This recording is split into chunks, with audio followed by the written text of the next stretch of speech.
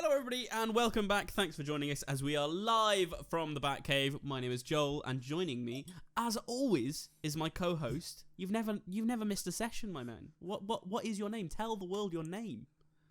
My name is Scared Shitless. You started the intro and I looked up and I could just see a mug and it fell. And I don't even know how it fell, but it just fell and I caught it. And my heart is racing. Hello, my name is Nathan, your friendly neighbourhood Leo. And I can safely say I am now the only Leo because you are now a Cancer because they've changed the star signs for some reason. It's all bollocks. It's all bollocks. I don't. Nah. It's done. Well, you know, if I was born a day earlier, I would be both a Leo and a Cancer for some reason. Because instead of them going... Well, you are both a Leo and a Cancer. Bro, literally, if you were... Like, it says that Cancer goes up to August 10th and Leo goes from August 10th. So it's like... Right. You're just a mix, like, you're just a giant lion crab. Well, whatever it is, it's all bollocks. Because even if the stars had changed alignment, right... It doesn't change that where the stars were when I was born. True. Like, you know, that's true, bro. You know, I'm going to contact the loose women, right, and tell them that what they've said is rubbish, because that's the truth. Yeah, well, I mean, even if the stars, have shifted and now there is a new zodiac sign and they've made room for it or whatever, there wasn't that new zodiac sign when I was first born. A new one. So I was born a Leo, so I will always I thought it was just all shifted Leo. In general. I didn't know there was a new one. Yeah, no, there's 13 now, apparently. What's the new one? I don't know, it's like sarcophagus or something. Right, hang on. I'm going to Google it. This is a fun start to the podcast. We're just talking about zodiac signs. The new star sign is called Ophiuchus. Bro, I wasn't that far off, you know. Which nestles between Scorpio and Sagittarius. So every other sign's dates have moved to make way for it. Ophiuchus shares many of the same characteristics as Sagittarius. Or Sagittarius, I apologize. They're straight making new astronomy. Like, it's all bollocks, right? Bro, that's like, none of it matters. What if some randomer just went, well, no, some obviously they have to be official, like, but what if someone's like, by the way, there's a new number, right? And it's gonna go between 1 and 37. Somewhere. Yeah. And you've got to guess where. Yeah, you've got to guess where. New game show. So you'll be in an exam, yeah, and like you'll just change every time, and you'll just get fail because you haven't got it right. That would just fundamentally screw maths and physics altogether, right? Bro, it would. Like, literally, you'd have to go back like centuries and just shift everything up by 1. Well, not even that, because by the time you get to 27, it's 18 days as well, isn't it? It's like just a Scorpio is now apparently between November 23rd and November 29th, right? So that's a short amount of time. So to be a Scorpio is pretty rare now. And then with Ophiuchus, it's between November 29th and December 17th. They've just made a ginormous gap. I don't understand why there's just a new one. If the psychics are real, why is there just new personality types? That doesn't make sense. Literally, right? So, Morgan, our good friend, he was once a Virgo. He is now, literally, because of the final day. Well, actually, saying that, he's still both, because he's September 16th, so he's a Leo and a Virgo. He's just gained the characteristics of a lion, suddenly. Like he's a werewolf. I'm sorry, but, we're all lions in our true hearts, right? But it just... Do you know what would really do me in, right? Is because this has no cultural significance, okay? This genuinely has no significance to my life at all, right? Whether I feel like a leader or I feel like a Cancer is, okay? A crab, right? Whether I feel like a leader or a crustacean is between me and the stars, right? But if they, I know it's a dodgy one now, but if they change something like my what is it? Not my zodiac, the Chinese calendar zodiac. Yeah. So if they change that, right? I'm born in the year of the dragon, my dude. If they all of a sudden make me a rat, I'm gonna kick off, because that has cultural significance. Like, mine hasn't changed. Mine was a day early of me becoming a Cancer and a Leo or something. But right. I was in my mind, mine hasn't changed. I was Yeah, born bro, a Leo. literally. I'm not gonna just not be a Leo anymore. My That's just not how it girlfriend works. was an Aquarius, but now she's apparently a Capricorn. She's not having none of it.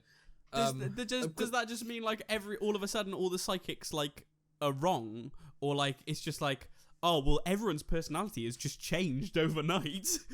But like literally, like people say about mood swings and stuff. Like that's probably gonna be the ultimate. Like you could be like a mass murderer and suddenly wake up and be like, oh, I wish I wasn't in this jail. I'd love to make a goulash. Like I like you.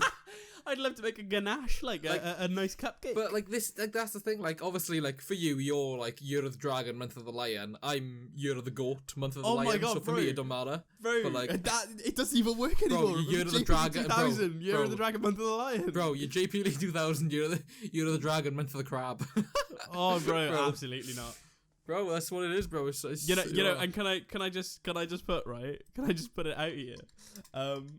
That like it's a massive fuck you to anyone who actually believes in the star sign shit, like the Mystic Meg shit, right? Yeah. Because if they're claiming that this is how it should have been the entire time and the stars moved ages ago, then everyone who's believed in their horoscopes has been wrong for the past 20 years. Bro, I think this is doing a favour, right? Because anyone who's gone from a Virgo to a Leo has gone to a Lion from a Virgin. So they've just suddenly overnight lost their virginity, bro. And I don't know how I feel about that. Well, it must have been some cosmic event where some like 96-year-old virgin finally had sex or something, and now all the Virgos need to become Leos all of a sudden. Whoa, but then all the Libras are suddenly just virgins again. Yeah, exactly. Born again Christian, born again virgin.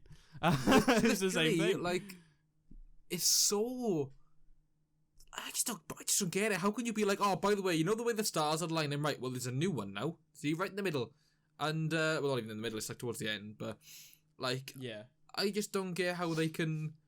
Not how they can do that, because obviously it's not them that's doing it, it's fucking stars, but like, how can someone say, oh, by the way, all of this now is changed? They all have like a star thing, right? And they all like look the specific way. So basically they've gone, right, well, these stars have moved a bit, so they don't all look the same. Well, actually they all do, except now there's a new one. There's a new one. And I'm like, you know the symbol? You know how they've all got little elegantly drawn symbols? You know, there's different shape, different things that mean different things. Yeah. This new one, just a line with a squiggle, a little squiggly. And that's it. Mate, that's pathetic, isn't it? Realistically. That's pathetic. Like, literally, and they've named it after Ophicus, right? I've just realised they've named it after Ophicus, right? So it's all, from Greek and stuff like that. But the reason they've named it after him is because it's represented as a man grasping a snake. Yeah, it's a snake bearer. Bro, the star sign does not... right, okay, let's move on. I can't be doing this. And you know what? Bro, we've been talking about the word on the stars, bro. Like, we've got a new segment now. Every time we're going to rant about the star signs for the first Yeah, you know what we should do in the minutes. show? From now on, we should rant about the star signs, but 2, we should check our horoscopes, Bro, yeah, bro, yes. Bro, let's do it now. Bro, I'm doing that now, bro. Alright, go on. I'll check mine. Yeah, I'm checking mine as a Leo, though. Absolutely not a man. Oh, but we both have the same one then.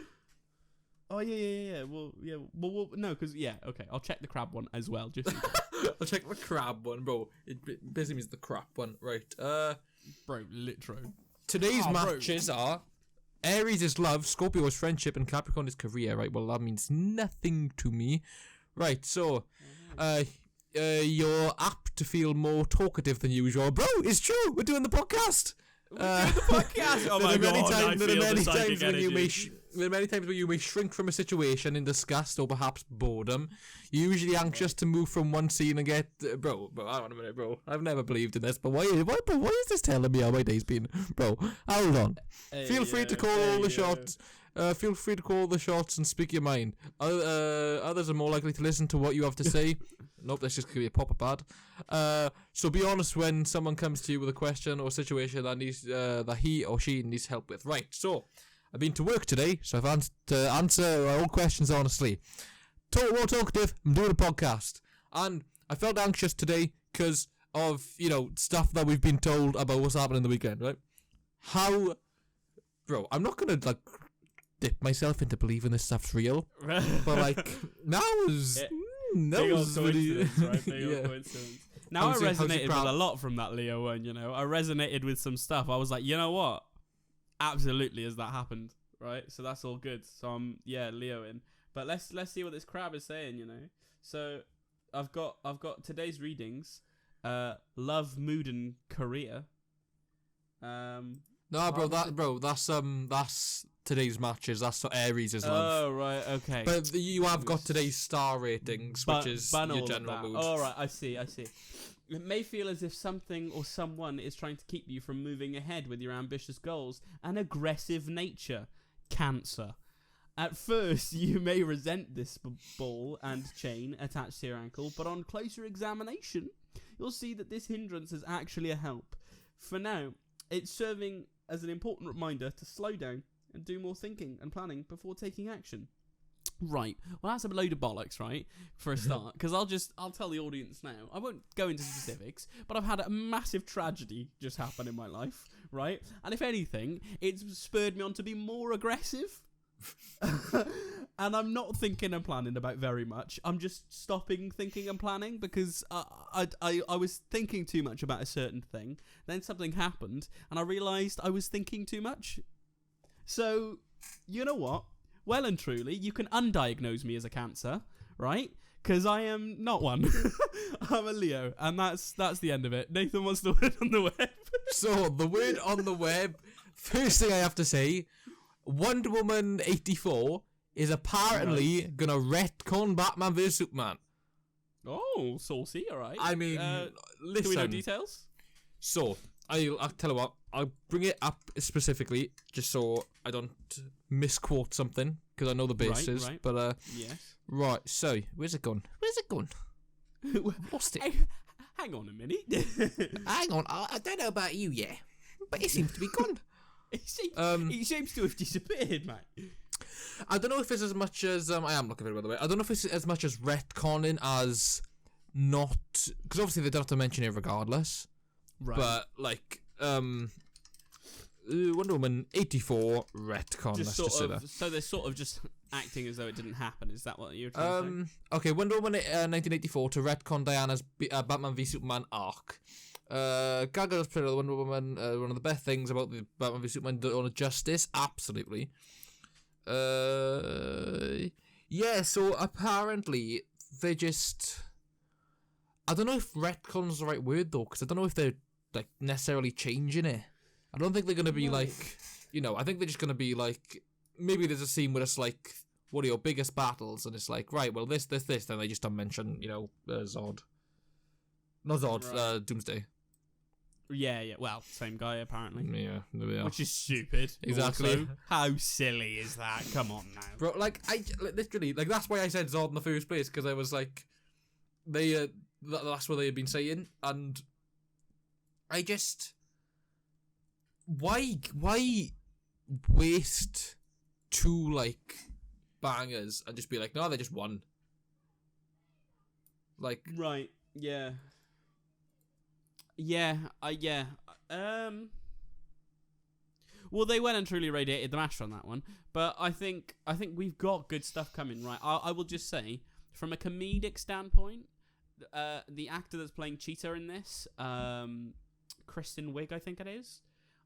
She is an amazing comedian and like really commits to her characters on things like SNL and stuff.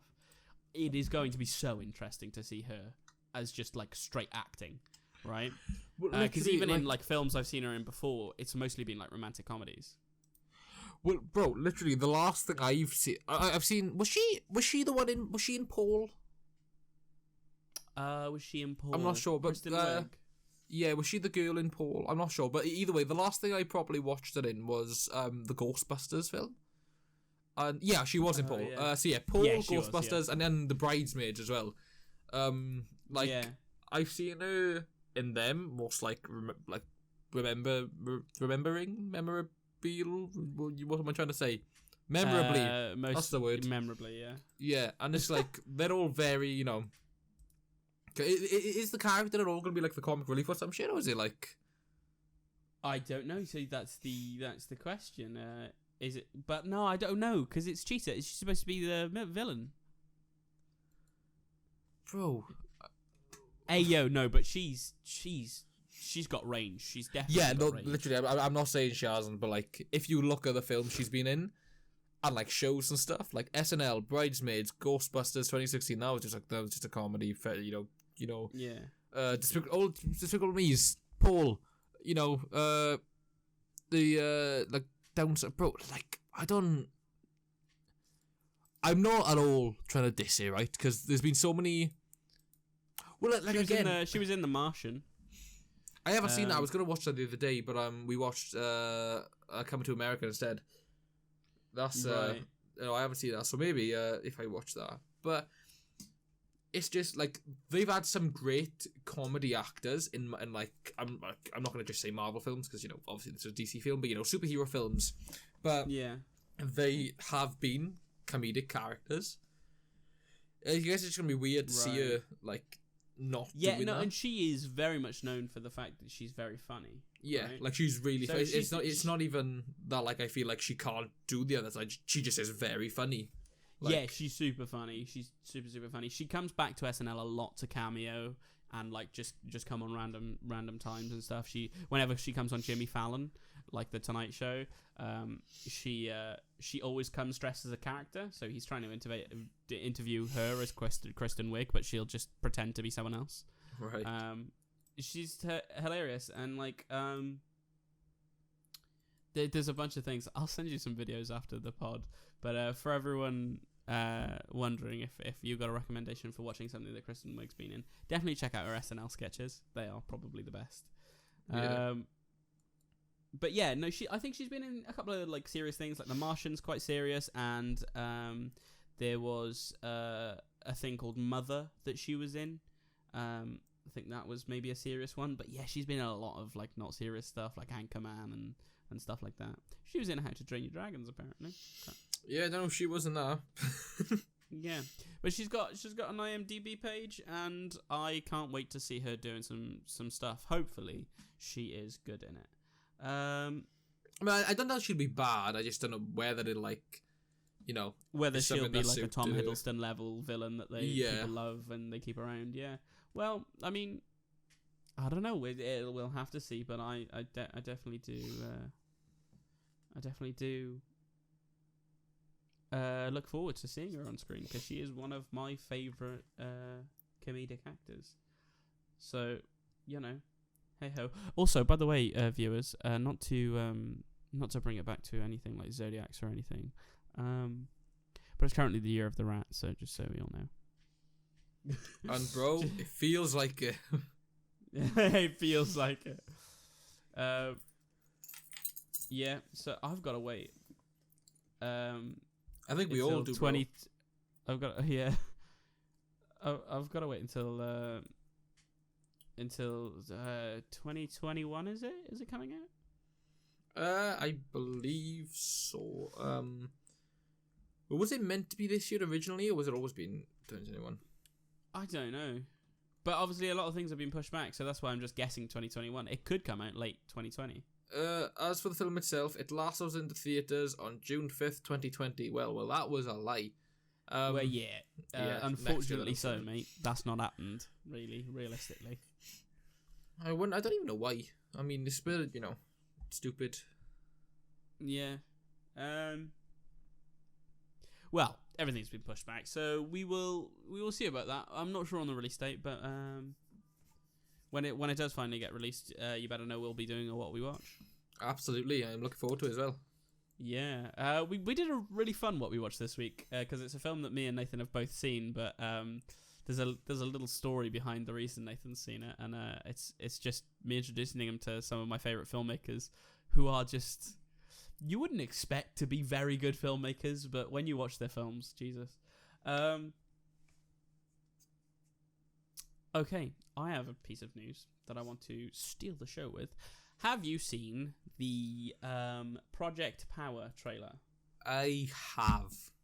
And I'll tell you this now. Boy. Boy. It looked good, to be fair. Solid VFX. It looked good visually, but is it just going to be another one of those stories of take this pill, it will do you wonders? And this will only last 5 minutes. Apparently it's like 5 minutes, right? But also it could kill you. Apparently that's what they say in the trailer. Yeah. But like, hey yo, like I don't even know. But you know what's so funny? The funniest thing in the world from that trailer, and I didn't say anything until you'd watched it, but I don't want to say anything until you watched it. But you've watched it now.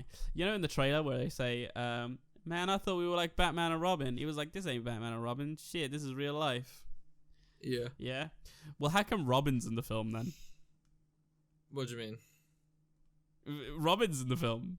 Dick Grayson himself from The Dark Knight Rises is in the film. What? You know the guy... Oh, Jesus. Right, well, hold on. So the guy whose birth name is Robin, that guy, who ends up like... Yeah. Bro, he's not Dick Grayson. I wanted him to be... But you know what I'm saying. Yeah. You know what I'm saying. Yeah, alright. Whatever. It's Robin. Bro, I got excited for a second there. I was like, what? No, they don't. It's just a random reference to Batman in this random Netflix original. But bro, like in Rises, they're just like, oh, you should go by your birth name. I like the name Robin, and he's like, okay, cheers. But then that's it. Like, he's not actually Dick Grayson. Yeah, the know guy's what I mean, name but is like, Robin. He would be Robin though, realistically though, wouldn't he? Yeah, I mean, if they did more of those films, he'd be Batman Batman, would be bro, Robin, realistically. He'd be Batman because Bruce has buggered off. Like, oh, bro, it's comic books. Like Bruce ever stays retired. Yeah, but bro, this isn't comic book. This is Chris Nolan. You're telling me this ain't comic books, yeah? Right? And you remember in comic books, the one big trope is that when heroes retire or they die, they never stay dead or retired. So I'm gonna prove that to you right now. Gamora. Time travel. Yeah, bro. It doesn't matter how they got them back. Who's time traveling in the Dark Knight trilogy, bro? Well, we didn't meet any of the villains that could time travel, so maybe the Joker. Bro. Okay, fair enough. It's unlikely that it would be time travel, but it could be like, he comes out of retirement and stuff. Or even if he dies, bro, Ra's al Ghul will bring him back. I mean, yeah, fair. It's just the Batman universe. I never expect anyone to stay retired or dead. It's just in the comics, it just never happens. Like, even with the most infamous person in coming back to life is, Jason Todd. But like, there's literally a thing in which everyone in the Bat family is having a discussion in the Batcave.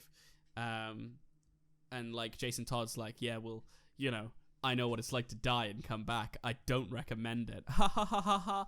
And then like another Robin pipes up and he's like, dude, we've all died. Like, you ain't special. And then like one of the Robins, it's not Damien, I think it's Red Robin, says like, I haven't died. He's like, yet, it'll come soon, kid. And I'm like, this is such a meta thing to have in the comic. Just a meta thing that that they're going to kill these characters off eventually and they'll be brought back. But I think Damien's already died and come back, Bro, which is mad because he's like not that old. Bro, one thing, if I've picked up anything from Batman in any form, it's always a case of like, if you think Robin is dead, bro, like Robin, even if it's a different character, even if it's the same character, like there's gonna be a bloke rock up in a red suit with green pants and a yellow R. Like, or you're gonna get Duke, which is some of my favorite stuff. That's the sort of replaced the Robin in Batman. Signal. He's basically got Batman's suit, except it's black and yellow, and it's super cool and it looks a bit Batman Beyondish. And his surname is Kaboom, and he's Canada's greatest stuntman. Duke Kaboom. Okay, back on track anyway. What was the piece of news? Oh yeah, so it was the trailer. So basically, in the trailer, they pop a pill. They have to twist the pill first and all magic things happen. Whatever. But then they pop a pill and they either they could die because it's drugs, man. But they also get like superpowers for 5 minutes. I'm pretty sure they're setting up the fact that you get one specific superpower and the pill gives you access to that for 5 minutes rather than taking a pill and getting a random one every 5 minutes. I mean, yeah, look, I wouldn't... Yeah, because obviously it's just 5 minutes, so surely you wouldn't be like, you get strength for 5 minutes. Okay, pop another pill. Okay, you get strength for another 5 minutes. Surely you'd just be like, just give them the power. But if it's gonna be different powers, then that'll be pretty sick. Yeah, so that's the thing. I don't know what's going on with that. So hopefully we'll see things. But we see Jordan Levitt or whatever. That's what his name. Gordon Levitt, Jordan, whatever. Robin. We see he has some sort of rubberized power in which he can basically absorb the impact of a bullet. And we see a guy with like fire and stuff in the trailer. So yeah, cool stuff. It looks cool. I feel like this trailer's given a lot away though. Yeah, well, this is the thing. Again, I always say this with trailers. Like, people will say they're giving a lot away. I always like to, and even though it's not always the case, I always like to be optimistic in that if this feels like a lot, then surely there's a lot more to come in the film. Like, I always like to hold on to that thought. Yeah, I'd like to think there's so, more, but more to the show.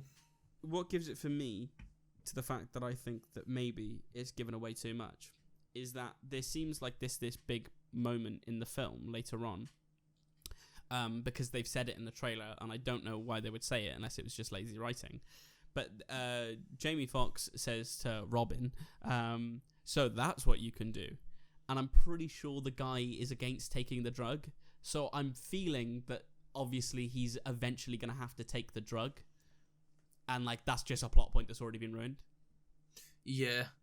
Well, do you know what I mean? Yeah, do you know what I mean? It's because, okay, I'll give us an example. It's not in any way the same in terms of, film-wise, but, in Sonic, the godly film that is,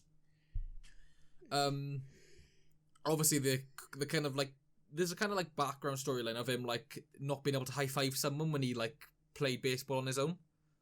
Yeah. And, that's someone he really wanted. And then right at the end, when he defeats Eggman, Robotnik, he high-fives, what's his name? The guy, the main dude. Donut Lord? Yeah. He high-fives him, yeah?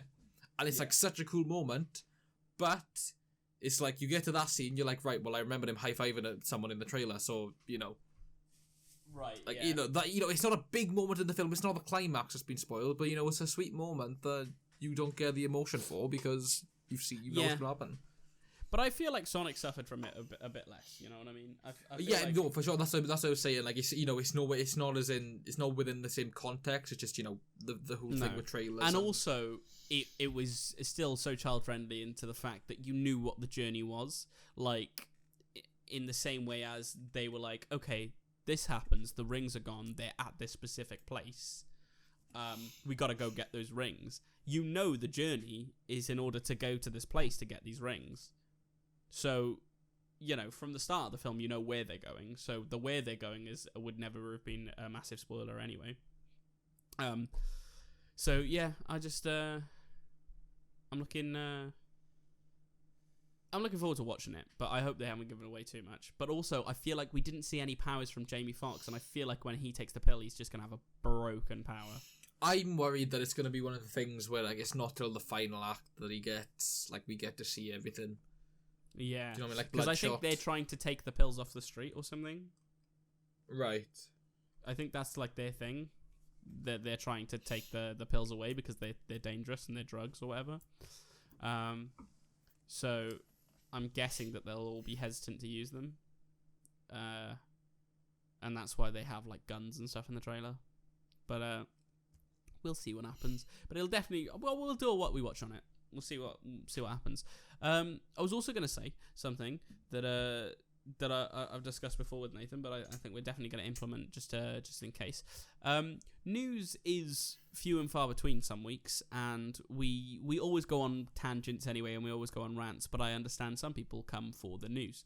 So what we might do in future, if there are the moments where news is few and far between, or we'd rather not do a news week and we'd save the news for next week, what we'll do is, instead of the word on the web segment that we're currently doing, we might integrate a new topic to speak about, which will just be me and Nathan speaking about a specific topic.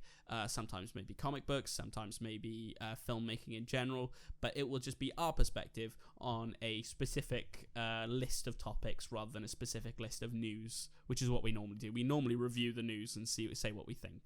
But if we want to save up some news, or if we feel like it's a slow news week, what we'll do is we'll give ourselves some topics to speak about instead, and then the week after, then we can pick up news again, or keep saving. But we'll do news consistently. Don't worry. It's just a in case, because obviously with the COVID situation, everything's a bit. It's up in the air, and like there's not up in the air, like there's news every now and again if like something's been delayed or if something's been announced or whatever, but there's never like a lot.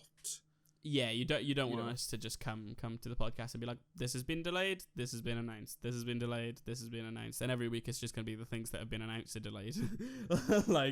It's just that. So what we'll do is we'll try and give you good news, like the fact that this Netflix thing has been announced that it's coming out, which means it's done. So that's lovely. You got any more news? Yes. So, a bit bummed out about this because we spoke about it either last or podcast before, but Falcon and Winter Soldier has been delayed.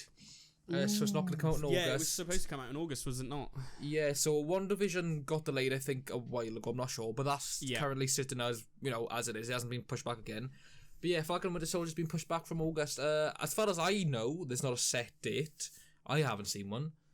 There could very well be. But, yeah, I mean, just not coming on August anymore. I'm kind of bummed out because, that was next month and I was looking forward to it. Yeah, I was looking forward to it as well. That is a problem. But do you know what? It makes sense because they're not done shooting on that, right? So with post-production still having to be done on it, if they're not done shooting, I think they're dropping it all at once, not weekly anyway. So it makes sense there'll be delays. Right. So, WandaVision is still December. Right. But Falcon Winter Soldier says fall 2020 now.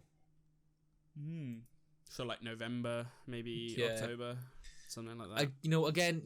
I'm willing to wait. I'm looking forward to seeing the show, but like, you know what though, mate? One big thing about all of this, all of these delays, and this is something I haven't brought up before, but I think is a positive thing, is that although the year 2020 will be the year of delays and the year of like everyone's life basically stalling a little bit, the year 2021 is going to be jam-packed. Bro, that is full of going gold. to be like, just as long as we don't get the pandemic again, and as long as we don't have some other random thing that's going to just ruin us. Nathan, stop wishing with your lucky horoscope. Bro, listen, I've been set up for a good day today with my Leo, so nothing, it can't go bad. Well, I must be a Leo because my Cancer was bollocks. Yeah, well, it seems that we are going to get a banger of a year in 2021. Well, even just towards the end of 2020. Like, I feel like the November to December months from 2020 to the November to December months of 2021 is just going to be jam-packed full of great, amazing content. Like, one thing that I can't wait for, that Nathan will be happy to hear, is, well, I don't know if I should tell you, actually. Bro, tell me. You might already know. You might already know. Spit it to me. It's been announced for a while that season 5 of a specific show that Nathan is currently watching is scheduled to be airing at the back end of this year. Well, good old Sayonara Bokido. Good old Sayonara Bokudo. Bokudo Kukuku Sakai Day. Bro. So My Hero season 5 is supposed to be coming around by October, which means we're probably going to try and get Nathan to have watched the other 2 seasons that he needs to watch before that comes around. I mean, I keep saying this to you. The only reason why we struggle for time is because we always watch them together. And don't get me wrong, I love watching them with you. But like, if you let me just watch them like when I have time, because I have so much time in the morning, but you're not awake, or I'm not getting ready for work. True. Like True. I could be like through season 3 right now, bro. But no, like I do want to get started on season 3 with you. Yeah, well, that's the thing. I'll probably just watch the start and the end with you. Like, I don't mind you just whizzing through all of it. It's just getting your initial reaction is sometimes good for the podcast. Just because when we're doing the podcast, if you can't remember what you liked, I can. Yeah. Like, which is the only reason we do that, and also like I just get excited to rewatch it anyway. So, but when season 5 comes around, it will be me, my girlfriend, and Nathan. We will all be watching that. So that's coming out in October, I believe, if there's no more delays. So yeah, the back end of this year and next year and stuff, we're gonna have jam-packed full of amazing content. We'll have the new DC, we'll have the new DC Flash season, won't we? Yep. Wait, when's this now? When are you saying that? So like the back end of the year. Sorry. Next year. I meant early next year. Yeah, so January is when it's looking to air. Yeah, so next year we'll have the Flash and the DC shows back, and we'll be having like the Marvel shows that are coming out. We'll have Tenet. We'll have a bunch of blockbusters, things that have just been delayed for a very long time, things that have been in the works. Batman. Just all of this sort of stuff. So we are going to have a great year in 2021, I think. By the way, speaking of Batman, dark news has come out. Robert Pattinson's been exposed, and he's actually a really nice guy. Yeah, okay, fair enough. I believe that. When you said that to me, it came through my headphones as if you'd swallowed the microphone. I mean, I moved a bit closer, wasn't that much. Mate, yeah, I was inside your esophagus.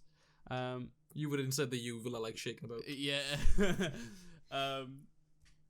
But yeah, no, he's a great guy. Anyway, I only say he's a great guy because he trashed on the Twilight films, even though he was in them.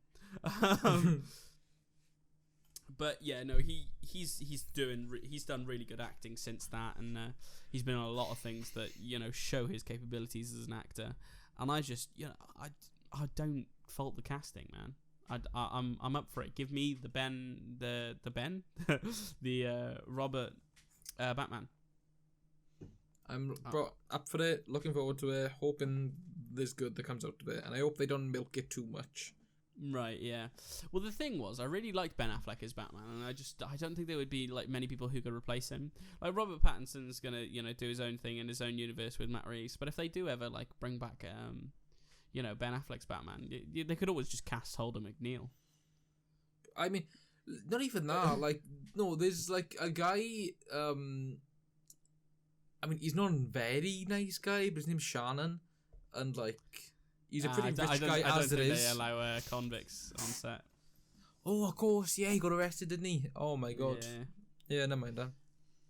Well, you could always go to him, but you can tell who's watched along with us because there's people who are going, yeah, and there's people who go, motherfucker, they on about. Yeah, there's people who's watched Mallrats, and there are people who are going, come on now, what are you saying? Go watch Mallrats, guys, because we'll be speaking about it in depth. Do you have any more news? I want to blast through this news and then speak about Mallrats. It's probably going to be a shorter one today, guys, but I'm excited to speak about Mallrats. Yeah, so it's not too much, but basically Zack Snyder has basically said that the Snyder Cut has definitely faced more trouble than they thought in terms of COVID. Right. They thought, it's mostly post-production, with this, that. But no, apparently they're having a bit more issues with it. I don't know the specifics, but yeah, I mean, I'm assuming we're still going to get it in 2021. But, yeah, it's not the best news. No, not the best news in the world for good old Zack Snyder's Justice League. You know what? It'll be fine. It'll be right. I know they're gonna do everything in their power to get that done because the studio's giving it the green light. You know what I'm saying? And they're pumping money into it. So we're gonna get the vision if there's problems, there's problems, but he's not going to give up the quality in order to get things done cheaply or in a different manner.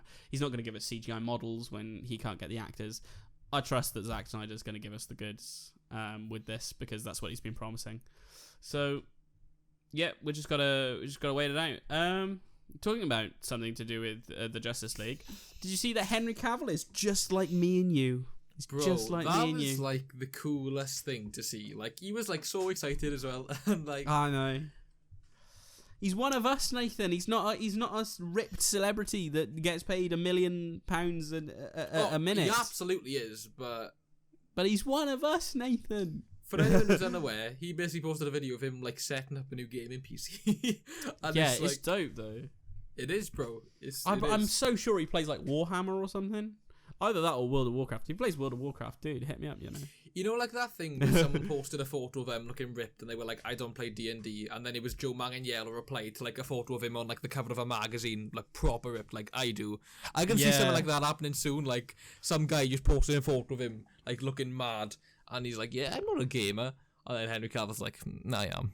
Yeah, I am. Yeah. Superman. I fully respect Joe Manganiello for that stuff as well, because he genuinely does like play D&D. Like, I've watched an entire YouTube series in which he's like he's on like a Roll20 or something with some people and stuff, and he's genuinely out there playing D&D. Bro, and I'm they dedicated an episode of Big Bang Theory to have like Will Wheaton, Joe Manganiello, and Kevin Smith, like among other guys, like just playing D&D. I love it. I love or it. like, playing some form of like, I can't remember if it was D&D specifically. Talking about Silent Robert, Kevin Smith's been releasing like the Son in Lockdown Law thing, Mabob. Yeah. And it's been on his son-in-law's YouTube channel where I've been watching the episodes and stuff. But it's quite funny. It's apparently part of this like celebrity sitcom game show thing in which like they make a new episode every week unless they get voted off or something. But I'm going to research more into that, because I'm actually really enjoying the episodes, because we basically see Jay Muse in every single one of them. Bro, I just love the bit when he's on like FaceTime to Jay, and the guy comes in, he's like, "Hey Dad," he's like, "Don't call me Dad, okay? Like, you're living in my house and that's okay to an extent, but just don't call me Dad." He's like, "Okay, Mr. Smith, okay. Yes, what's the matter? Where do you keep your condoms?" And then Jay's like, "Kill the little bitch! Yeah, Kill him now!" Kill him! I love it. It's so good. Oh man, it makes me want to watch so much more. Reboot, bro. Reboot. I know, reboot. Well, so anyway, what was I saying? I've completely lost my train of thought. Sorry, I'm a professional podcaster. Where was I? I was speaking about something, wasn't I, Nathan? It had to be something. Kevin Smith's like. Oh yeah, so the son-in-law thing. Yeah. It's very funny, and I hope it keeps going on for as long as that show's gonna allow them to make these like mini episodes and stuff. So I'm gonna look more into that, and if there's like a voting system, maybe I'll keep it going. Like my vote is the only vote that counts. Yeah. I just go to Hollywood. I'm like I've voted now, so unfortunately you gotta make more. Just like, "Hey man, have some of this." He's like, you know, I can, used to be happy, now I'm vegan. And it's like, yeah, like, you did the phrase, you said the phrase, you did the actions, but without the effing, it's just not the same. It's not the same. It's not the same. I would love to taste some of them hater tarts from movies, They've got a movies pop-up store in LA, and I'm like, bro, why do I just live in a country in which nothing cool happens? Bro, the coolest thing we get is that, like, maybe someone who was, like, Hobbit number 17 on Lord of the Rings comes to a Comic-Con near us, like. Yeah, but you know what? You know what's a banger, though? We did produce the likes of Anthony Hopkins and, like, a bunch of other really good Welsh actors, and also our Lord and Saviour, Tom Jones. Bro, yes, but there's literally, I watched a video, it was like a TikTok, someone did it, like, movies you didn't know were filmed in Wales, and it wasn't like full movies, but like, for example, there was clips of the Batcave from Dark Knight Rises and stuff, and like, sick. Like, we've filmed a lot of cool good old stuff, Christian Bale as well. And like, it surprises me how many people know of the existence of Wales, because like, obviously, you'd like to think everyone would, it's just on the map, but like, a lot of Americans you think wouldn't, because like, all the ones I've spoken to haven't, but like if you then like I've spoken in like live streams and stuff like that with like bigger creators, and they've been like, oh cool, you're from Wales, that's awesome, oh blah blah blah, I've seen this, I've done that, blah blah blah to do with Wales, and it's like, we're making an impact, bro. We're doing it. Yeah, I'm proud to be Welsh, but for one reason above all the other reasons is that when every other country was like, okay, so this is what's going to symbolise us, we'll have a splash of green, splash of orange, splash of white. Okay, that's cool for India and Ireland. They came to us, they were like, all right, so we'll have some green, we'll have some white, and now some red, but it's going to be in a really weird shape. Basically, what we want is green, white, and then a big fuck off dragon. Bro, that's the thing. Like, I don't understand how people don't know about us more, because we have the coolest flag in the world, bro. Yeah, like I'm not even joking, bro. World. Every other flag, right, is just like forms of stripes, and Japan has a dot, right? Like, I like Japan's flag though. Bro, exactly. It's the only one that's like different. Like, they have like different shapes and stars and stuff. Some of them, but pretty much they're all some form of stripe. Yeah. France is just 3 stripes. Like, we have a dragon. Yeah, we have a dragon. Like, come on, guys. Everyone just give up. Just give up, guys. Like, why is that not the coolest thing ever? It is the coolest thing. I swear there was like a petition to get Scotland to get their, like, their coat of arms is like a unicorn or something. It's like their national thing. Like, for them to get there on their flag, and they just like didn't get it passed. And I'm like, yeah, bro, you keep your unicorn off your flag. We got a dragon, and we're keeping it. Have you got any other news? No, bro, that's it from me. That's obviously there was a bit of news circling, but we got to kind of even it out between us, and like again, not much is happening. Like, yeah, so that's fair enough. We'll move on to the what we watch in a second. But what I did want to say is, if you guys haven't noticed by the fact that we're reviewing Mallrats this week, we aren't just doing films that are coming out at the moment, because guess what? Nothing's coming out. Nothing at all. Scoob was the one-off. Yeah, so nothing's coming out lately. So what we're doing is we're watching like classics and stuff like that. Mallrats was one we've both seen and we really wanted to express our views on. But in future, we're probably just going to be seeing like classic films that either me or Nathan haven't seen. So that's going to be like sort of a trend. If you've already seen it or you want to watch it again with us, that's cool. But just know they're not always going to be new films like Mallrats. Mallrats wasn't made recently. It's like 20, 30 years old. Yeah. So, but it's a really, really good film, and 20 to 30 years ago, they were still making bangers, and Kevin Smith to this day is still making bangers. Well, actually, you say that. I think it's literally been 25 years this year, isn't it? 25 years, probably this year, yeah. I think it was in 1995, maybe? Or rather, it released in 1995. Yeah, bro, I think it's 25 years this year. Let's have a do Mallrats release. well, I had an idea also for what we were going to watch next week. 20th of October. Oh, okay. So we'll celebrate the anniversary by watching like something like Clerks 3 or something, or Jay and Silent by Strike Back or something like that. We'll watch. Did you say Clerks 3, bro? Not Clerks 3. I meant Jay and Silent Bob Strike Back. Okay. Bro, could I just say as well, bro? Like, it's not, apparently not. The sequel isn't going to be called Twilight of the Mallrats anymore. It's going to be called like Mallrats 2, but like TWO or something. Oh, okay. I don't even know. But anyway. But yeah, well, that's the thing. So that's another thing I want to talk about, and the reason that we're probably going to get into what we watch now is because I want to talk about also the potential for a sequel to Mallrats and what it's gonna see and stuff like that. Because this film is so uniquely a part of its time, but also a story that could be told over in any era really.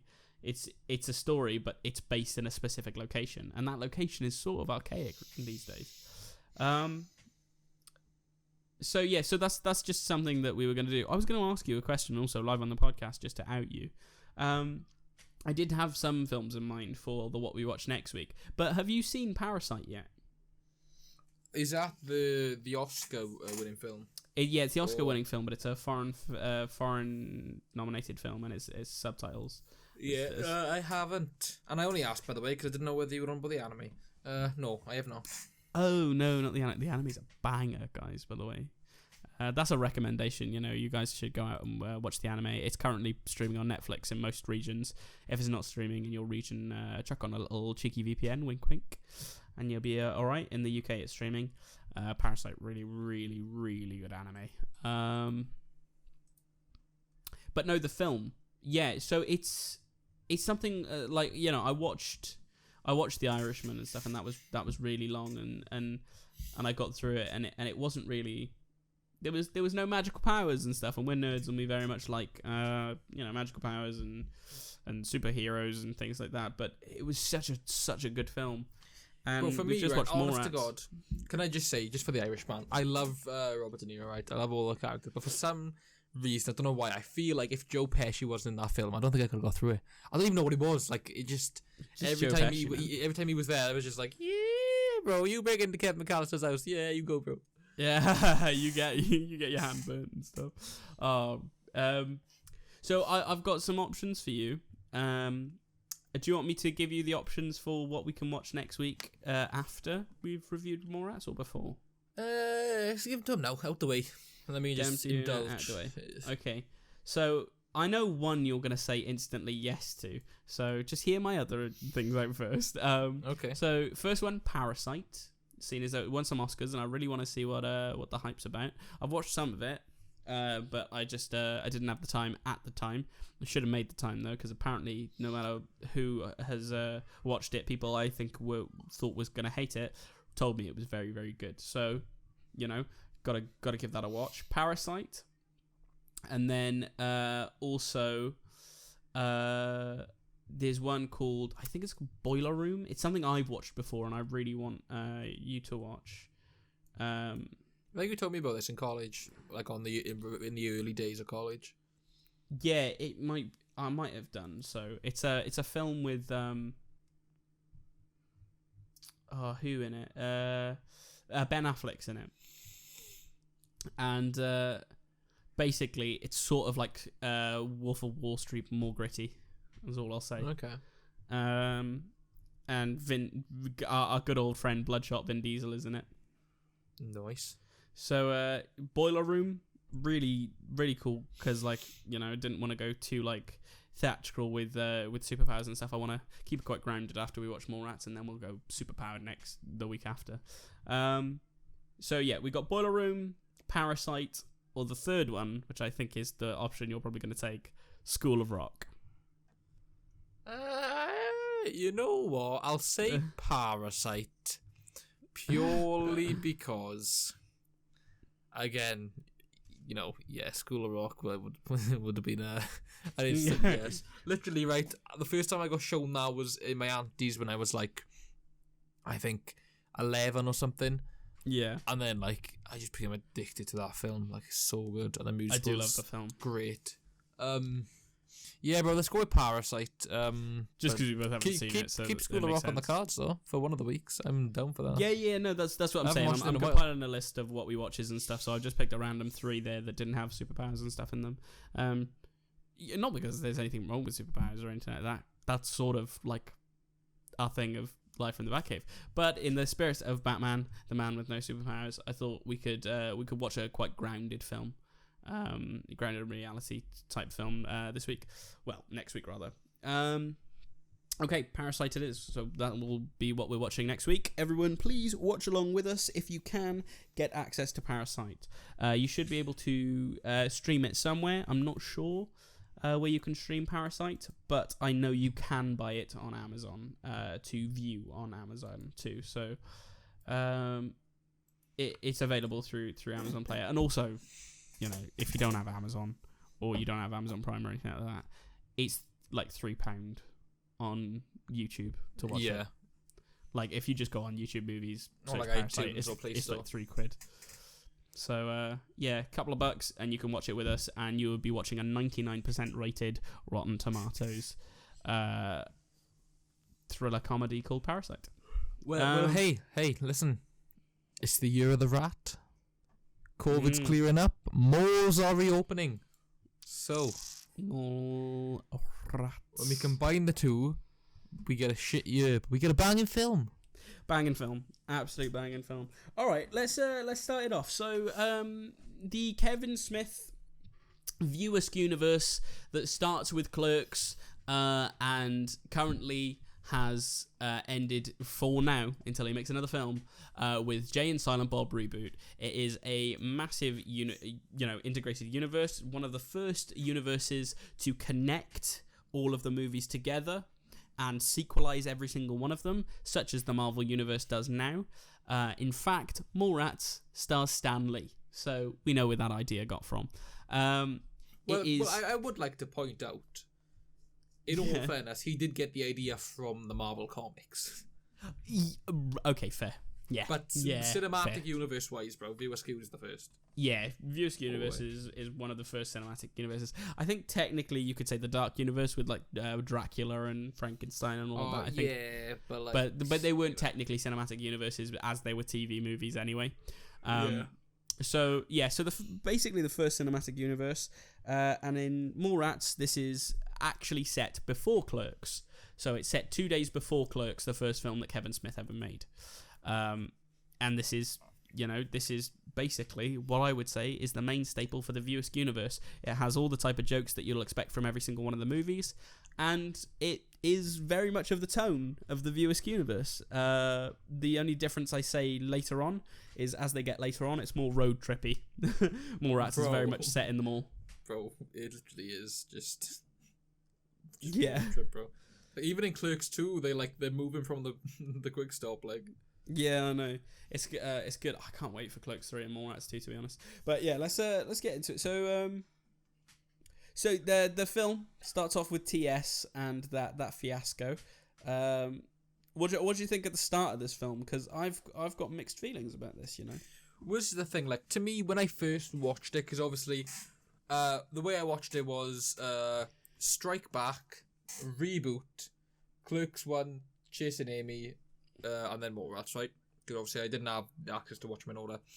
So what had happened was, I wasn't going expecting, right, there's going to be Jason Lee, there's going to be Jay and Silent Bob, it's going to be banging. But it starts off with, like, these two characters that I have no clue who they are.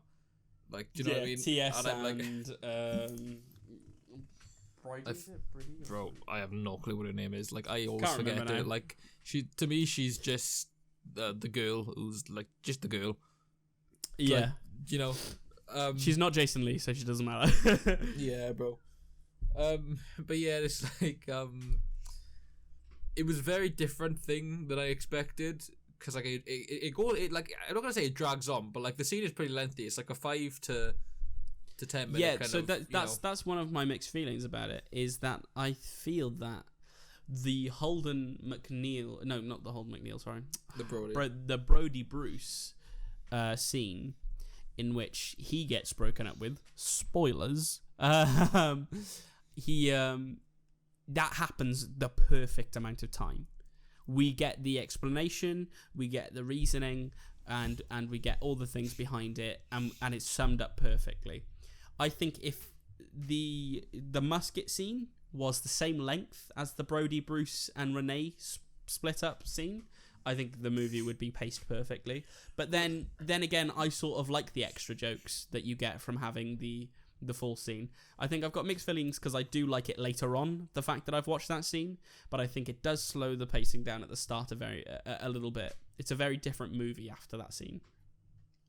Yeah, like, because this is the thing, right? It's, you see TS and the girl, like, he sneaks up on her and, like, they're being, like, flirty, and then we see, well, it's not even that at first. First it's the drunk woman.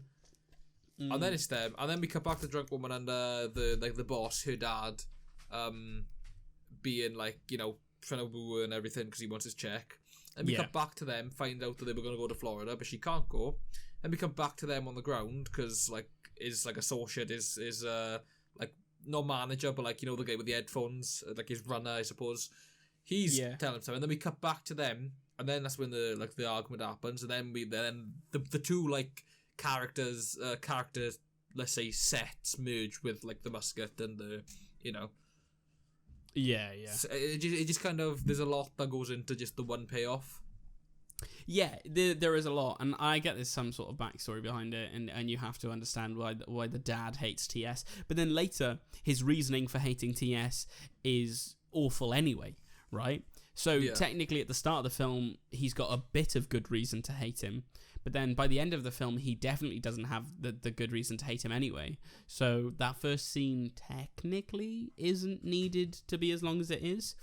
But I mean, it does set up for a lot of other jokes and stuff like that throughout. And like, I do like the added jokes about like security guards being glory hogs, and all of that. It's very funny, but it's it very quickly gets into after that all the Mallrats stuff that you remember. Like, I feel like the color grading changes after that scene. It does, bro. It definitely does. It's definitely a lot more like. I'm not gonna say grey, but like, well, it's a night, so it's hard to say. It's hard for me to kind of be trusted when I say it looks darker because it happens at night, but it just looks more vibrant, but in like a. It's gonna sound so weird. More vibrant, but in a saturated way. It's as if you've bumped the vibrance and then saturated it, so it's got the color, but it's just it can't push through. Brandy, by the way, is the girl's name. Brandy, yeah. What did I say? Brindy or something like that? Brandy, yeah. I can never remember Brandy's name. But, yeah, so TS and Brandy, that's their little love story on Mallrats. But, the best thing, the greatest thing, is the ending, which is I'm not going to get there, but one of the greatest things is the relationship that Brody and Renee have. Because Brody is in this. He's basically your eyes and ears into the Viewersk universe, right? He does crass and ridiculous things, makes sexual and lewd, offensive jokes.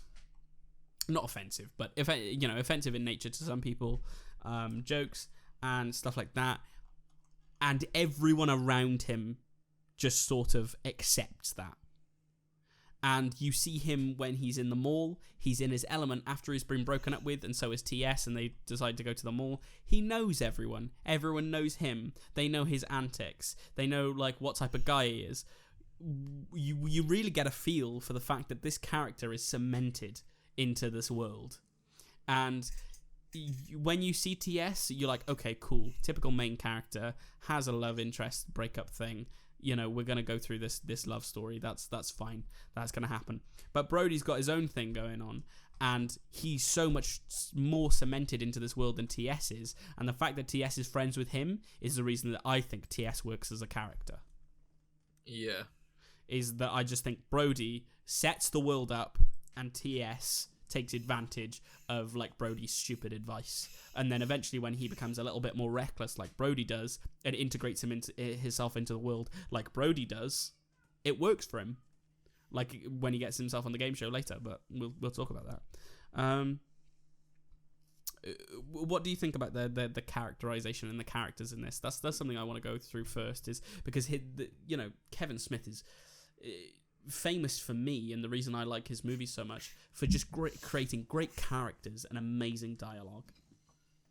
Well, this is the thing, right? And I don't want to be dissing Kevin Smith in any way. And I don't want to accuse him of being anything, because, it's just, it is what it was, and especially in the 90s, right? Yeah. I was going to call him Jason then. Brody, TS, and Shannon. As much as I hate the character, the portrayal of it by Ben Affleck is banging. Like, they are all very, even Jade, Silent Bob as well, very, very, very different characters, own unique characters.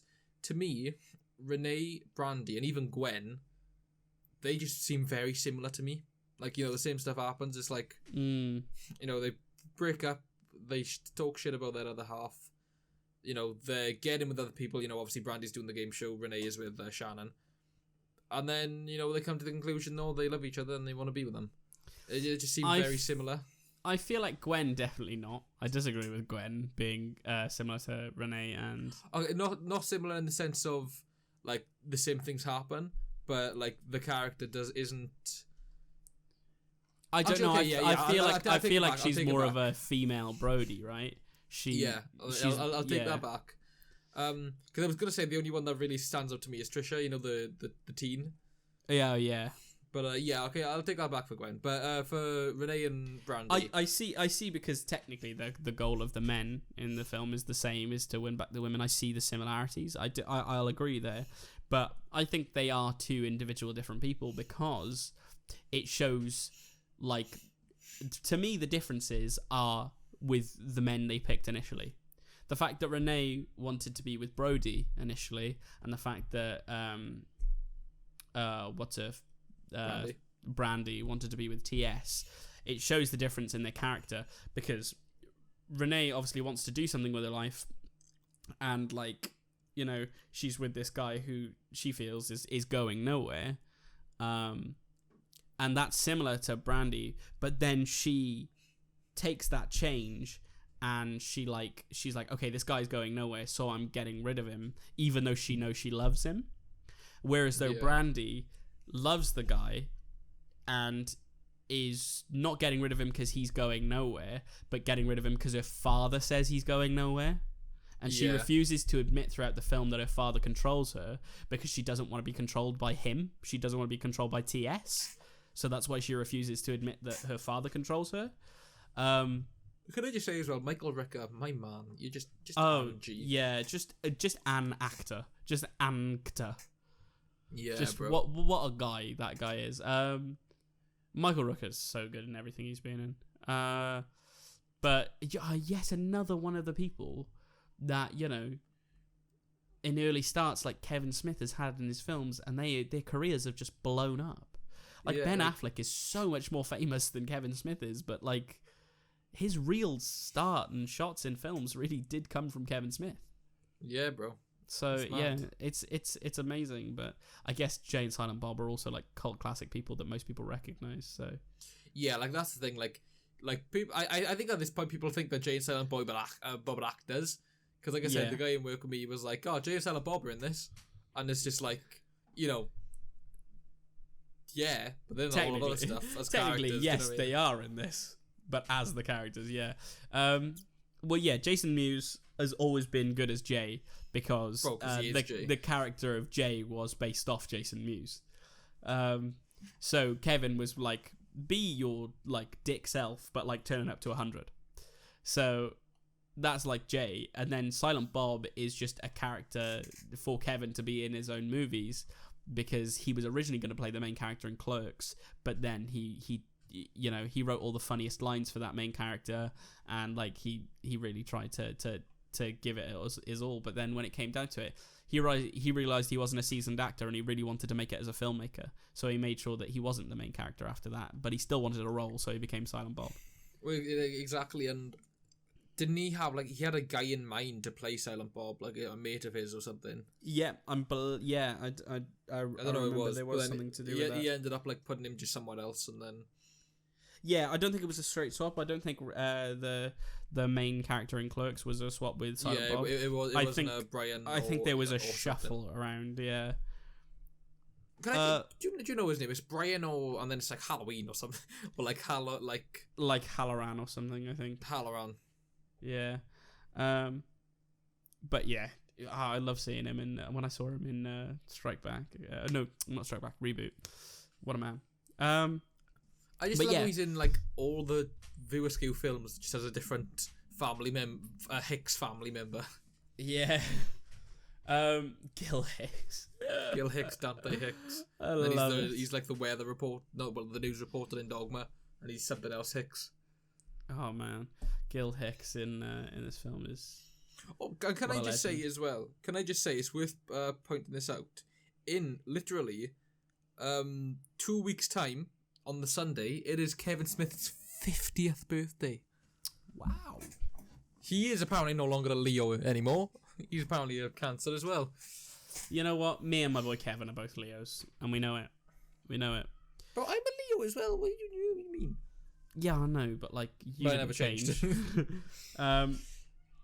People never change. People never change. With a tear. So yeah, I think it's important to say this, as people may not know this about me, and if it's your first time viewing the podcast, then you probably don't know this about me. Kevin Smith is probably my favorite director ever. He makes films that I don't think I wish to make myself, but he definitely makes films that I envy the filmmaking of. And like, he's such a humble person, because I listen to his podcasts, and he's a nerd in the fandom sphere, so you get to hear from him quite a lot, and he does like multiple podcasts, and he's so humble. He's like, I could never do a Marvel film. Like, I don't think, I don't want to do these high budget Marvel films, and I don't want to do these directorial things over there, because like, I think there are just so many more talented people than me. But I don't think there are many more talented people than Kevin Smith at making... Especially not in the comic industry, comic book movie. Yeah, and I genuinely think he is so good at telling the human stories from a really specific angle. So, like, when people try to tell really gritty and human stories, they always go from the gritty truth of reality, and this is what humans are like. Kevin Smith doesn't do that. He gives us human reality by giving us characters who have flaws that actual people have. Like, Nathan will tell you, I have some of the flaws represented in both Jay, Brody, and a lot of these characters in Mallrats. And I think it's just because, like, I saw this film as a kid and I resonated with those characters, and I was like, okay, my personality is sort of built off, a lot of things that I've attributed over the years. Exactly, but that's the thing. Like, it's like, obviously you grew up with it. I got introduced to it last year. So obviously, don't get me wrong. Like, there'll be a time or two where I'll just be like, Snuggins. Like, bro, I just love in the film. It was like, yeah, get fucked, man. Snoochie boochie. Snoochie. Like, he just, like, his tone would just completely change. I love it. Yeah, that's why Jason Mewes, for me, it will always be Jay. It just the fact that he'll just like knock a guy out and be like snoochie bitches right after. Bro, when that kid walks up the silent bar, we just lift his back hand. that was one of my favourite ones as well. But so that's one of the things as well. Yeah, I grew up watching these films technically because I always had an interest in film, but when I was growing up, Mallrats was on the TV and I watched Mallrats, and then I was like, wow, cool. And my dad was like, he said to me, you see that Jay and Silent Bob from that film? Because I was a bit young to be watching it, but my dad was pretty chill. You see Jay and Silent Bob from that film, they've made a bunch of other films. Or they've been in a bunch of other films. I don't think he knew Kevin Smith was the director, but like he told me, Jay and Silent Bob, quite famous people, they've been in quite a few films. So then I searched up all the films that Jay and Silent Bob were in, and then I realised Kevin Smith was the director of all these films. And Silent Bob basically was my hero. So I was like, okay, let's watch all these films. And then I think I got to Chasing Amy, which is another one of the View Universe films, and I was hooked. I just, from there, I was like, this man can tell a story. And you can tell that from his comic books as well. Kevin Smith has produced some really good comic books. And he's a really good storyteller. But when it comes to his films, like, he tells the most human stories, but from an angle that I can really understand. Because, like, when I'm with my friends and stuff, I act, it's sometimes like a goofball, right? You just act really goofy and like, and sometimes you pretend you're something that you're not in order to fool them. They know you're not that thing, but just in order to act goofy. And like, that's a like really big Brody trait from this film, and stuff. And it's one of those things of like, he can tell human stories without them having to be depressing. And I think that's a skill that most filmmakers don't have. Yeah. Like, he portrays real life for me in the fact that I've lived my real life and experienced things that have happened similar to Mallrats. Not the plot of Mallrats, but I can resonate with every single character in Mallrats. I know people with the same sort of personality types or have at least done something similar to those characters. And I feel like that's... because there's loads of things I'll do. People can go like, oh, that's like me. Oh, that resonates with me. But like, it'll be very subtle. Like, you have to like really see between the lines. Yeah. Whereas he just makes real characters, and it's like they seem over the top, but like realistically, people are like that. yeah, you know what I mean? Like, Yeah, people aren't these like mild-mannered people you have in movies, right? If someone's a good guy in a movie, he has to be doing everything right, unless he's the anti-hero. Literally, the whole thing of just the child on the escalator, like there'll be times where I'll see something in public and I'll just be like, no, it'll be like the most subtle thing, but I'll be like, no, why is that being allowed? Yeah, like, come on. Like, yeah, do you know what I and mean? the fact that he like goes back to it a bunch of times just shows real dedication to the characters, right? Because this character wouldn't let it go. He's stubborn. I know people who are stubborn. He's outspoken. I know people who are outspoken. He, you know, is saying about children having accidents on these escalators, and this child is still on the escalator, so he's still shouting, right? Yeah. And like until the child's off the escalator, or until the police run over to him. Yeah. Like, it doesn't stop, and I just think that's such dedication to the, not just the joke, but the character in general, because it technically was a joke, but, like, even if it wasn't funny, it was still relevant to that character's, like, personality. Like, you can tell, even though Brody puts up this act of just being a douchebag, he still really, like, cares about people, including Renee, and also children not getting slaughtered on the escalator.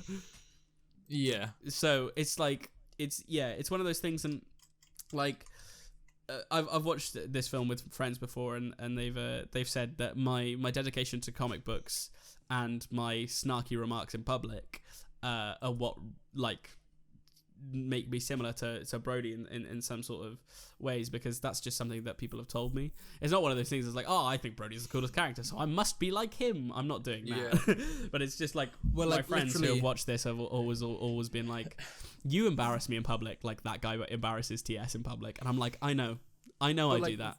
Literally, there was a guy I remember in high school, I was sat by a guy, and he was talking to his mate about How I Met Your Mother, and he was like, you should really get into it, and then when you do, you realise that the character of Barney is just like me.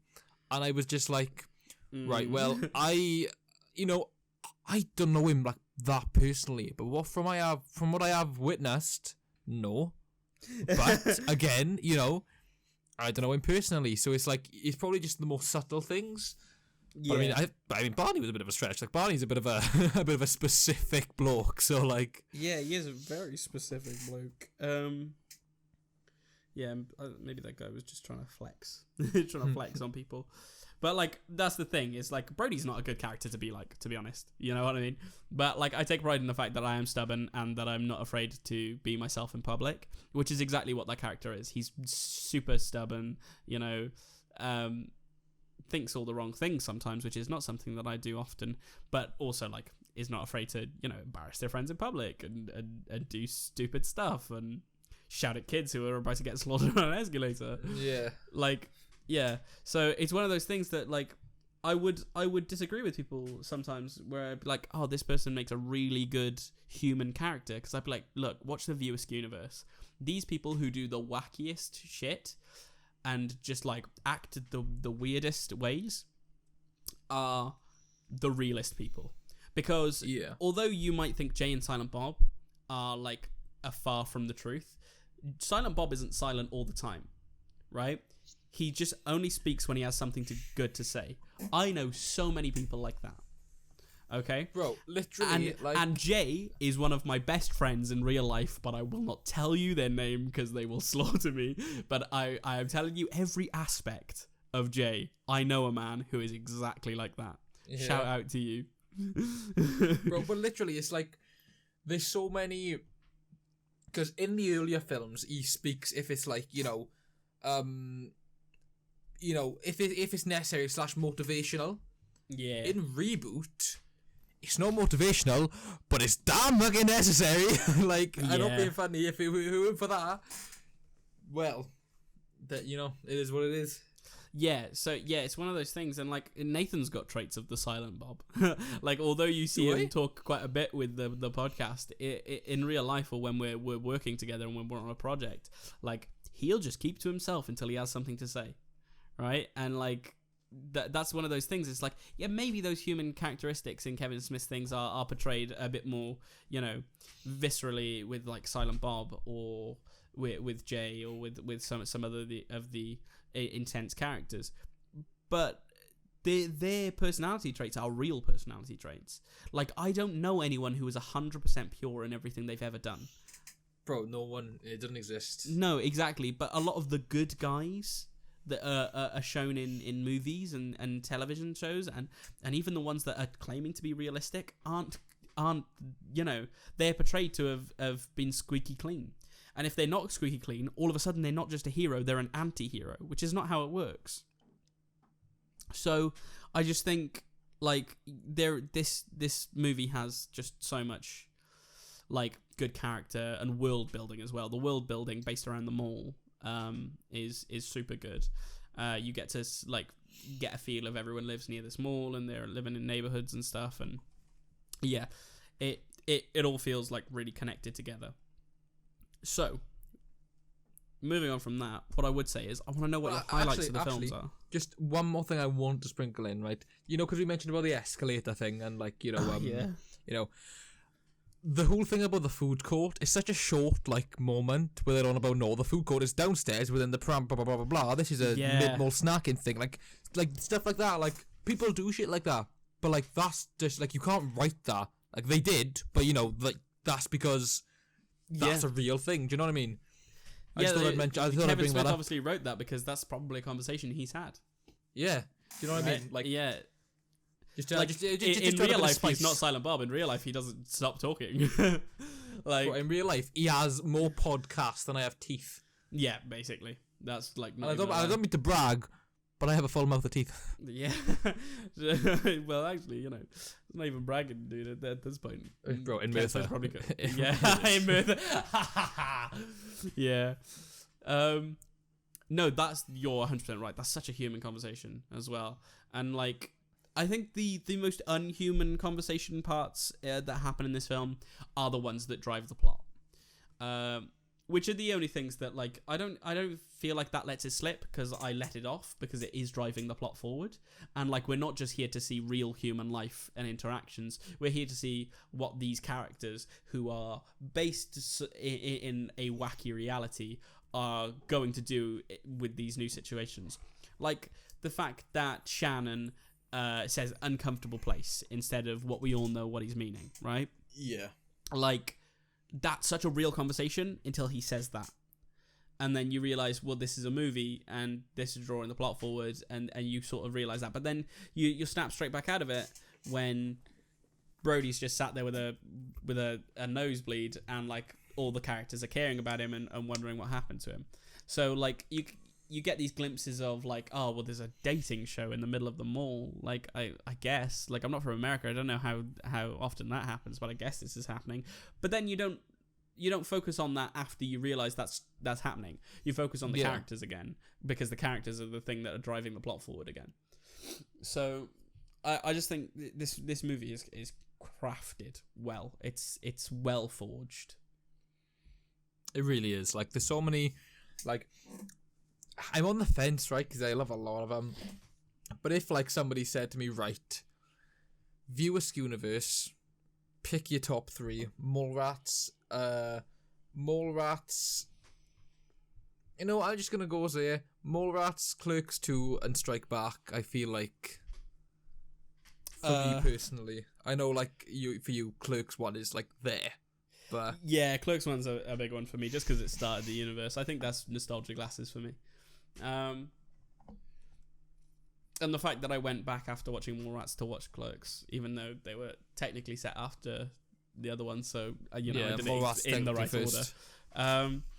So I think for me, Mallrats is probably my favorite film in the Viewers universe. Maybe not.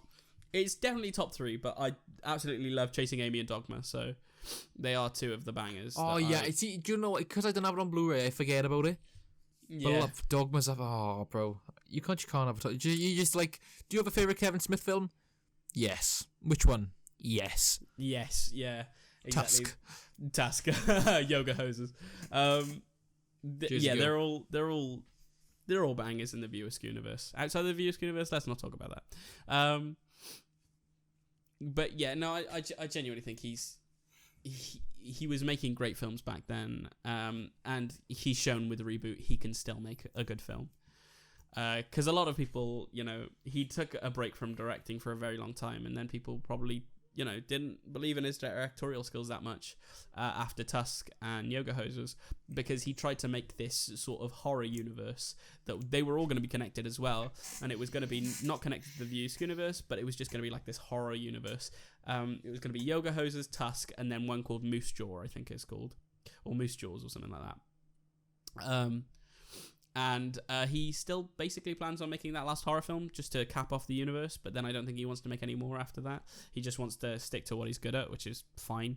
But I think those films aren't that bad. I just think no one saw them, right? Because they're not critically like destroyed or anything like that. It's just they didn't do very well at the box office. Like, I think Tusk is a brilliant film, but it's just so creepy. I just can't sit through it. But yeah, obviously it's not like The Thing or anything like that. It's not one of those types of horror films. So what are your favourite moments for it? So let's wrap this up and give our ratings. What are your favourite moments from Mallrats? And what are some little gems that you think the audience should go back and watch again and try and find some clips of on YouTube? Yeah, so for me, there's three mains. Two are like more subtle, and one is like, a bigger one. So number one, just the whole thing where just the entire sequence of the kid on the escalator that goes into the food court bit, that goes into the guy screaming at the kids saying that, yeah, but whatever, you're stupid, whatever, Easter Bunny isn't real. Like that, Yeah. that I'd class that as like a sequence. So definitely that. The thing with the thing with the pretzels. And he's like, damn, they're melty, but they're so good. And he like rubs it in his, and obviously he's been rubbing his hand in his cheeks, like. Isn't uncomfortable areas. But bro, just the entirety of the game show is just like the most perfectly written things. Like the kind of the thing between TS and Brandy, that's great in itself. But then the whole thing with Brody, and he's like, no, Suda number 2 seems like, he's got bathroom problems or whatever. Like, the second Suda sounds like a guy of mischief, and he does like the little hand thing, and just the entire thing, and then like the way that he bounces off Gil, he's like, Jesus, Gil, seriously, some things you just do not ask in public, when he's literally just talked about people like jerking off on a plane. Yeah, like, just the entirety of that, and how it builds up, and how she realizes it's them, and how like they start to just talk and talk and talk. Like, that was just like written perfectly, bro. Like, it's literally definitely, yeah. You can't just get that from like it's a random idea of something. Like, that was 100% brilliant writing plus input from Jason Lee for sure. The guy who plays Monsieur Hicks. Yeah, I say Monsieur because he's every Hicks. Like, it's just. You can tell there was a lot of collaboration between Kevin, anyone else who wrote on it, and just the actors. Yeah, it'd be like Scott Mosier, it's the best and stuff. Yeah. It's literally the best. Yeah, definitely. I think it came out so well, and I think there must have been some sort of riffing with Jason Lee. I'm pretty sure Jason Lee's very good at riffing anyway. There was a thing about My Name Is Earl and the fact that like about 60% of the lines in My Name Is Earl was just riffed off the top of Jason Lee's head. So I love this film. I've got a top 3 for myself. The game show, the finale of the game show, definitely one of them. Number 2, the whole scene with Stanley, and then the afterwards about Stan. Oh, bro, why did I forget about that, bro? Yeah. Do you know why that happened? Do you know why the afterwards scene happened? Why is that? It's because obviously he's saying like, oh, the things I could do to go back to see this one girl, but obviously like he was deeply in love with Joan. Do you know what I mean? Oh yeah. And obviously, God rest their souls, but like. So he was like, oh, I just don't want to pretend that I'm talking about another girl. Like, I'm with the woman that I want to be with. So they're like, all right, we'll add the scene, and like that's why it happened. Oh, bro, yeah. I take back what I said. I'm gonna add another one onto it. Stanley scene. Yeah. And also just the Jedi shit. Yeah. So that's anything like, with Jay and Silent Bob. my third one is the Jay and Silent Bob sequence that leads them to use the bat launcher thing. The bat grapple. The grapple hook, he's just legging it. He just picks up the speed and then. I love all that stuff, and that sequence in general is funny because they're all running, and then he just starts running faster than them, and it's really funny. Oh, bro! And when they run in from LaForte from like in the food court, and they sit down and chill, and they just forget they were running from him, and then you see them like shit. And they stop running again. That's such a good sequence. Okay, well, let's give our ratings. So, rewatchability out of 5. 7. Yeah, for me, it's happened, bro. It's happened. For me, it's a straight 7. Definitely, I would rewatch. I would out of 5, obviously. I would rewatch this again in a heartbeat. I love this film. It's probably my favorite verse film. It's just so beautifully crafted. And what are your ratings on it as a film in general, and how much you enjoyed it? Out of 5. Well, bro, it's gotta be a 10, bro. Yeah, 10 out of okay, everybody 10 clap. 10 out of 5. Everybody clap. It's our first 10.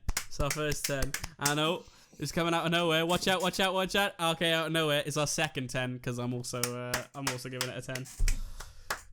Bro, like it just like I don't like what do people expect? Like this is just a banger of a film. What a great film, yeah, definitely. And I think a lot of people might like if they're critics or comic book movie people or anything like that, they might disagree and stuff like that. But this is, for me, this is my type of filmmaking that I like to watch. Rather than make, I don't think I'm ever going to be able to make things like Kevin Smith makes things, but or did make things or still does make things. Just in general, the sort of Mallrats way of making films as well, I think is something that is going to be very hard to make just in nowadays anyway.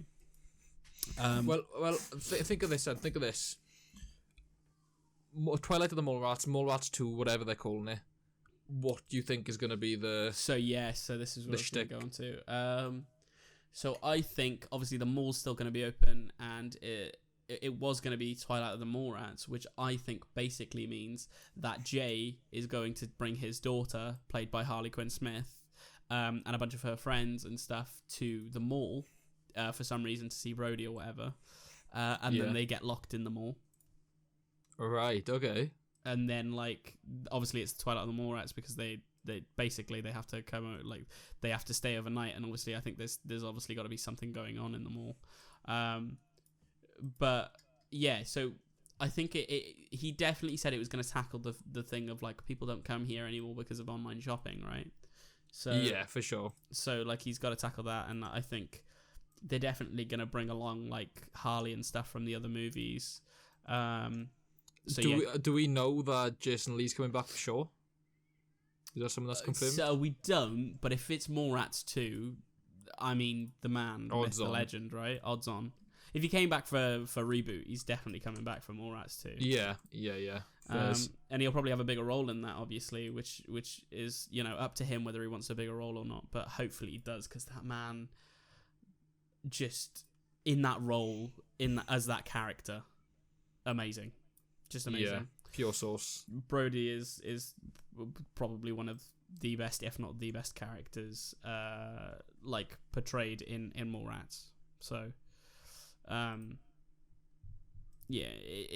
think he'd definitely come back. I wonder if, like, Renee and stuff would come back as well. I mean, maybe. Like, obviously, people came back for reboot. Obviously, not none of the kind of out extra characters, but. Yeah, bro. I mean, yeah. If the people came, well, not even that. I was gonna say if people came back for Clerks, but the main people from Clerks didn't come back. It was only Dante and Randall. So, yeah. Well, I think in nowadays, I think we're gonna get a lot more people coming back for it. And the fact that we got so many cameos in reboot and stuff, and obviously Kevin Smith was using the heart attack chip for that. But yeah. But, like, I think people genuinely have fun making his movies. Like, Ben's always said, like, he used to just love making movies with his friend Kevin Smith because they were just like really good friends. Yeah. And they got to make a lot of movies together, and it was just apparently like the funnest time for both of them. And which is good, bro. Which is great. I love it. Yeah, I like the idea of, you know, working with your friends and it being successful, because you hear a lot of horror stories of like, don't ever work with your friends, or don't, you know, do all this stuff because, you know, in the end, if you need them to put in the work, they're not going to be reliable because you're mates or something like that. But I think realistically, when speaking about the film industry, I think if a film's going to be made, a film's going to be made, and if you're doing it with the people that you enjoy creatively working with, I think it's a different pot. Yeah, don't hire your mate if you work in an office, but if you're working in the film industry and you have a creative process that aligns with each other, I think it's really good to know each other pretty well, because then you can know what the other person wants in terms of their creative flow and stuff. Say someone's a director and someone's a producer, they've worked together like for 20 years, they're going to be so in sync. Do you know what I mean? Yeah, could not agree more. Yeah, so I genuinely think in the film industry it's a little bit different. But yeah, so next week we're gonna watch Parasite. Is there anything you want to say about Mallrats anymore? I mean, it's a banger of a film. I just don't want to go on about it. Yeah, bro. Snoochie boochies to the max. Put that money in my hand. So yeah, that was great. That was Mallrats. We're gonna watch Parasite next week. Watch along with us if you can. I think next week we might do a bit of a spoiler-free, then spoiler-ish segment, so we'll split it up, just because I think it is hard to get a hold of. But if it's not hard to get a hold of, we'll just do what we normally do and full head spoilers. Yeah. So, yeah, sign us out, Nate. So, thank you guys so much for listening in this week. I hope you enjoyed Mallrats. If you did watch it, obviously, as you know, we adore it. Yeah, next week we're going to be watching Parasite, so make sure to watch along with us if you can. If you can't, obviously we'll try and do a non-spoilery version, but obviously if you don't mind spoilers, then just watch through till the end. It'll be snoochie boochie, baby. Snoochie boochie. So yeah, we have a lot of things going on. There's stuff going out on film form. We have the Birth of Deadpool remake. Obviously, as of listening to this, the trailer will be out, so yeah. Joel has a lot of stuff coming. He also has stuff coming on film form, which is going to be great. Mm-hmm. My film form debut. The debut, even though he's been in 2 weeks ago, but you know that's not canon. Yes, but I didn't create 2 weeks ago, did I? I'm gonna create my video. Fair, bro. Fair. Snooch. Snoogans. So yeah. Thank you guys so much for listening. We'll be back next Friday at 6:30 p.m. Well, roughly 6:30 p.m. BST. Obviously, if we encounter issues, then you know, subject to change. But either way, it's gonna be good. So. Thank you guys, and we'll see you next week. Bye. Bye.